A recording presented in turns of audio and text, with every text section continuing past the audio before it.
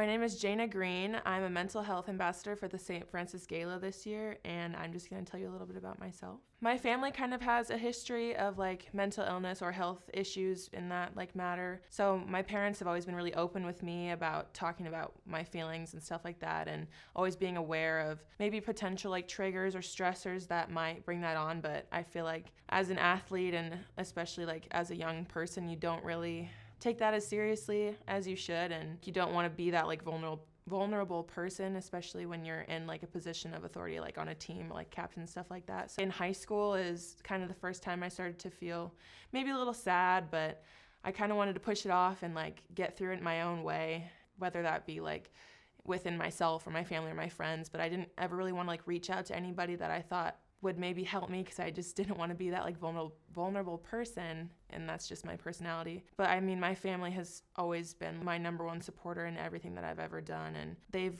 given me connections, and back in high school they've given me connections, and even through college all these years they have too. And one of the things coming to Northwest, and especially college in general, is the support system we have here is just absolutely insane.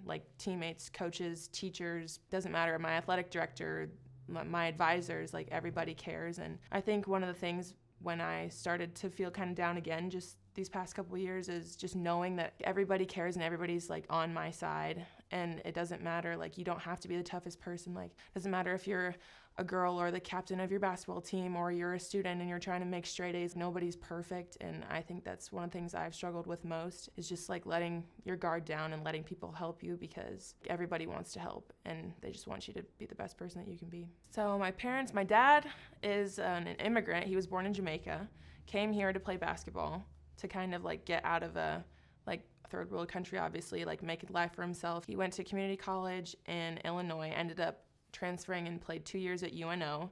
My mom is from Minnesota. She played volleyball, so that's how she got down to UNO. I know that my dad literally came from nothing and made something, and I don't want to let him down or my family down by not reaching my fullest potential and stuff like that. So I think that growing up, that was kind of in the back of my mind. Well, I know that I'm going to get an education, I'm going to college. Well, how am I going to get that? Okay, well, both my parents are athletes. They pushed me to be an athlete and take care of my body and my mind and stuff. So why not go after it and play a sport? So through high school, middle school, high school, I always knew that it was going to be a sport. And I think in high school, that's when I chose basketball, and that's how I found Northwest. And I'm so glad I did. My parents definitely have helped shape me and my brother into the athletes and people that we are today. When I talk to counselors or therapists about stuff like that, that's usually one of the things that we dive into most, is just those expectations that were put on you are normal to you, and that's your norm, but that's not something that you have to reach in order to be successful as a person or in life. You strive for perfection. If you don't get there,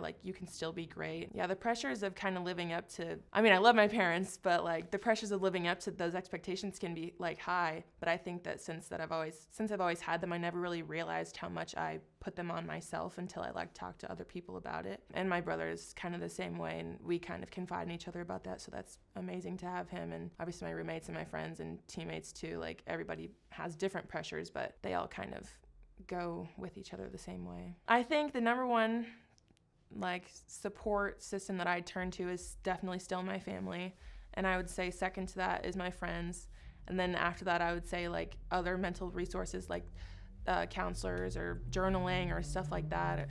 The family and friends aspect has been one of the hardest for me because of the vulnerability of it, and I don't like asking for help. I don't really like going to talk to my teachers if I'm struggling. I want to figure out things myself, but I think that's one of the places that I've grown a lot over the past few years, is knowing that I don't have to do everything by myself, and I can still be strong and independent with help from other people. So that comes in my friends and family, and then the other resources too. I've really taken up going to counselors more often. I journal still, just to kind of get my thoughts out and not have everything jumbled in my head and stuff like that. I hope that if a little girl is watching right now, she can see that it's not all about being perfect all the time, and you're going to make mistakes and you're not going to do the right thing all the time, and it's okay to have people help you through those mistakes, and you don't have to do everything by yourself. And being vulnerable doesn't make you weak. It actually makes you more strong, because you're willing to ask for help.